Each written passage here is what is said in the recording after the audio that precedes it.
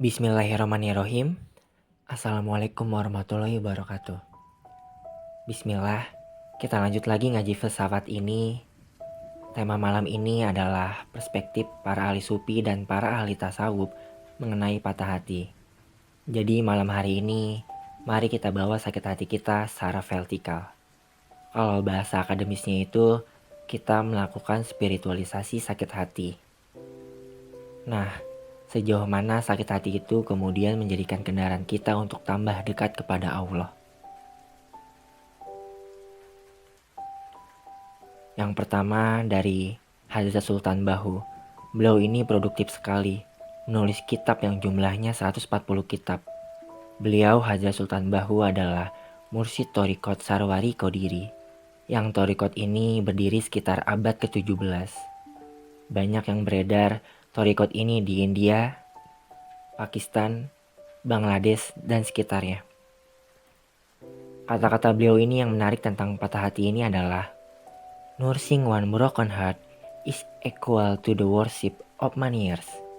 Ini diambil dari bahasa Inggris karena kitab-kitab beliau dari bahasa Urdu dan bahasa Persia. Kata beliau, merawat orang yang patah hati itu setara dengan ibadah bertahun-tahun. Jadi, kita temani saudara-saudara kita atau teman-teman kita yang sedang patah hati. Bahkan, kita nggak tahu seberapa berat beban yang ada di hati mereka. Bahkan kata Hadrat Sultan Bahu ini, kita merawat, menemani orang yang sedang patah hati ini seperti ibadah selama bertahun-tahun. Jadi, kita perbanyak ibadah dan antara lainnya menemani saudara kita, teman-teman kita yang sedang mengalami patah hati. Anggap saja tema malam ini adalah latihan ibadah, karena menemani orang yang patah hati setara dengan ibadah. Mungkin ini pembukaan tema malam ini. Bismillahirrahmanirrahim. Ada banyak hadis yang mengindikasikan justru Allah itu bersama orang yang lemah, orang yang terpinggirkan, orang yang kesusahan, dan tentu saja termasuk orang-orang yang sedang patah hati. Siapa tahu dengan mereka ini bisa jadi jalan kita untuk tambah dekat kepada Allah, menghadirkan ridhonya Allah, sayangnya Allah kepada kita. Bismillahirrahmanirrahim. Kita mulai. Kita awali dari Imam Syafi'i. Siapa tahu ini akarnya dari patah hati. Ketika hatimu terlalu berharap kepada seseorang, maka Allah timpakan ke atas kamu pedihnya sebuah pengharapan, supaya kamu mengetahui bahwa Allah sangat mencemburui hati yang berharap selain Dia. Maka Allah menghalangi dari perkara tersebut agar kamu kembali berharap kepadanya. Nah, mari kita pahami maksud kata Imam Syafi'i ini. Semakin besar harapan, semakin besar pula kekecewaan. Besarnya harapan menunjukkan kemelekatan. Manusia wajar, kita membutuhkan orang lain, termasuk membutuhkan pasangan untuk mewujudkan mimpi dan cita-cita kita. Tapi harus diketahui, jangan terlalu melekat. Kemelekatanmu lah yang berlebihan setara dengan efek kekecewaan yang begitu besar. Nah, ini membawa kemungkinan kita untuk lupa apa kewajiban kita di dunia ini. Dan akhirnya hanya asik melayani orang yang kita cintai itu. Alhamdulillah kita langsung ditegur, langsung oleh Allah, dengan cara dijauhkan. Dan harusnya kita tersadar, pengharapan yang begitu besar, itulah yang membawamu lupa akan Zat yang Maha Pemberi tanpa harus kecewa. Dari quotes-nya Imam Syafi'i ini, paling tidak kita punya pijakan sekarang. Ketika kita patah, kita masih punya Allah. Nah, ini perspektif dari beberapa tokoh dari beliau dan kita berlanjut ke tokoh-tokoh tasawuf. Bismillah. Baik, kita mulai masuk ke tokoh-tokoh tasawuf. Ada beberapa pandangan dari Hazrat Inayat Khan, sufi dari India, yang dakwahnya sampai Amerika. Beliau ini sangat menarik. Kalau Maulana Jalaluddin Rumi itu menggabungkan tari dengan kesufian, kalau beliau ini menggabungkan musik dengan kesufian. Bismillah, yang pertama, beliau mengingatkan kita mirip seperti Imam Syafi'i, yaitu cinta adalah berkah, tetapi berubah menjadi kutukan dalam keterikatan. Jadi lagi-lagi penyakitnya adalah keterikatan. Sebelumnya di Imam Syafi'i sudah dibahas, kita membutuhkan orang lain itu wajar. Kita memerlukan orang lain agar mendukung aneka kepentingan kita itu manusiawi. Tetapi jangan terikat.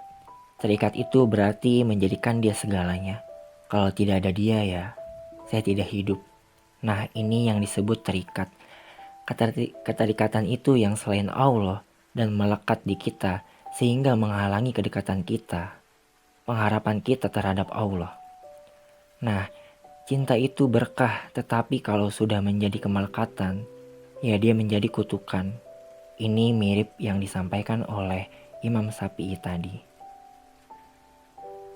Yang kedua kata Hadrat inayatkan adalah, seseorang tidak perlu jatuh dalam cinta. Seseorang harus bangkit melalui cinta. Bismillah. Jadi jangan jatuh dalam cinta, tetapi tegaklah dalam cinta.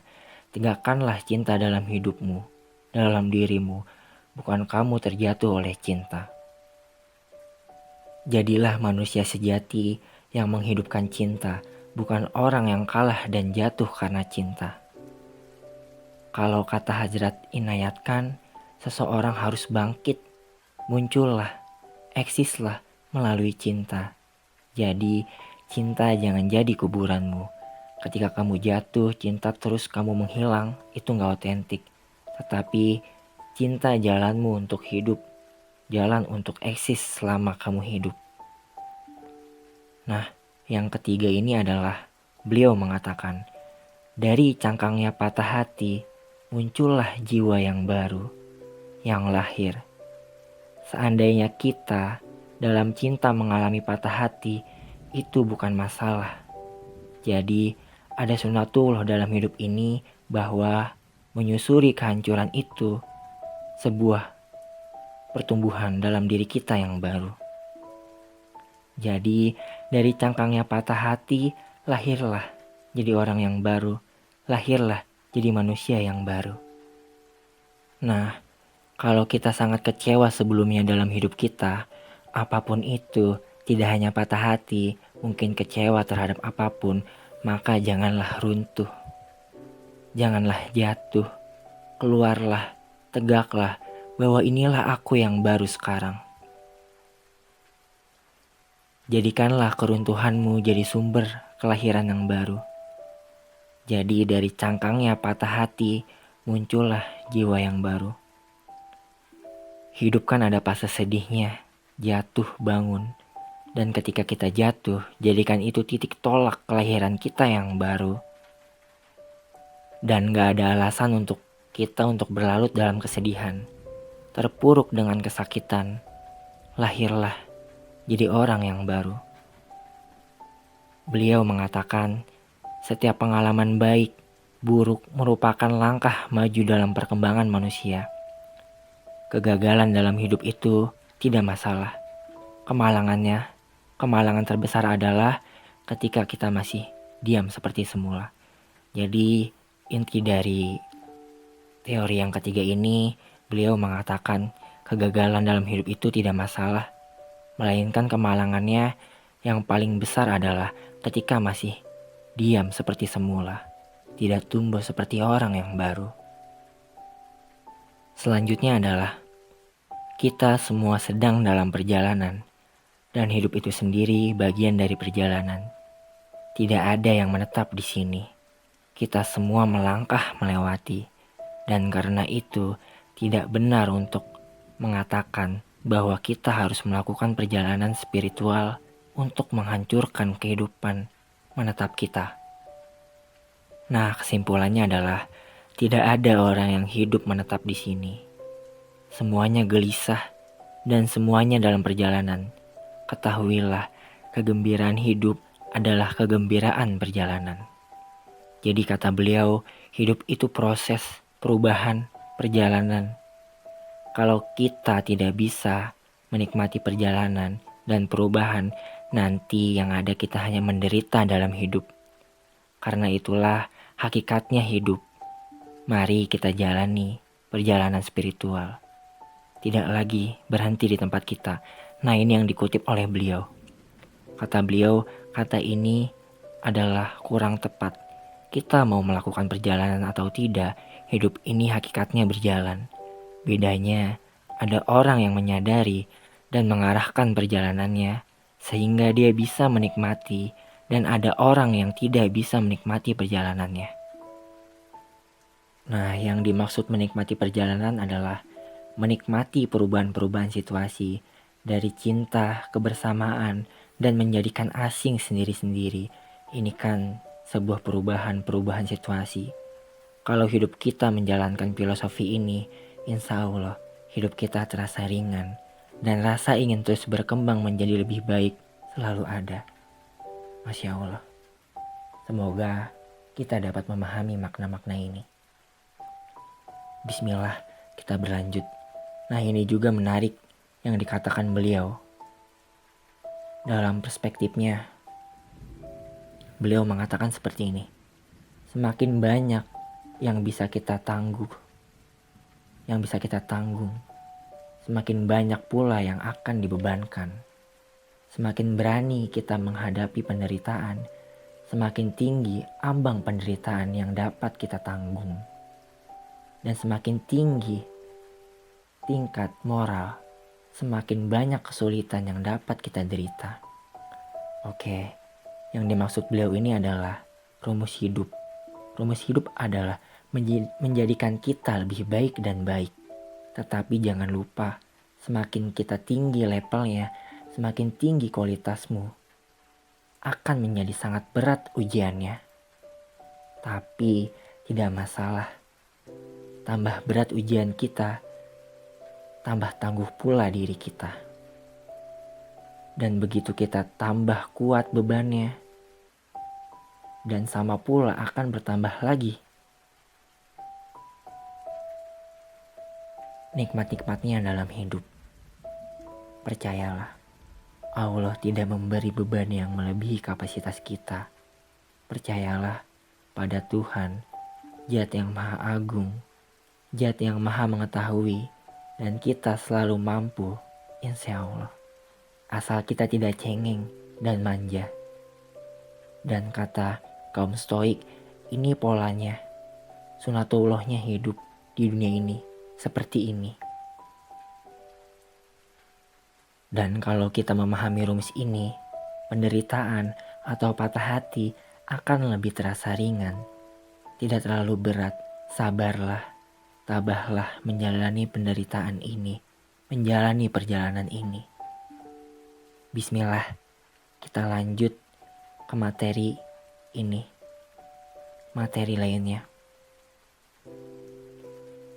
Ke ahli sufi lainnya, yaitu guru dari Jalaluddin Rumi, yaitu Syekh Syamsuddin At-Tabrizi. Ini kita potong sedikit. Langsung saja ke intinya. Bismillah. Ada quote atau perspektif yang dikatakan beliau. Kalau engkau selalu mematahkan hati orang lain, apapun ibadah yang kamu lakukan tidak ada nilainya. Jadi kalau yang tadi tentang kita yang selalu disakiti, tetapi yang ini tentang kita yang selalu menyakiti. Jadi beliau mengingatkan kita agar tidak dan selalu menjaga perilaku kita atau perkataan agar terhindar untuk menyakiti orang lain. Kan mematahkan hati orang lain itu membuat orang lain kecewa secara sadar, secara sengaja. Membuat orang lain putus asa secara sengaja. Membuat orang lain merasa bersalah secara sengaja. Kata Syekh Syamsuddin At-Tabrizi ini kan, kalau engkau selalu mematahkan hati orang lain, apapun ibadah yang kamu lakukan tidak ada nilainya. Jangan-jangan Allah murka dengan kita yang selalu semena-mena. Nah, Inilah beberapa pandangan dari perspektif patah hati dari beberapa ahli sufi. Beliau mengatakan, jangan putus asa, jangan pantang menyerah. Ingatlah, Allah selalu melindungi kita. Allah selalu dekat dengan kita.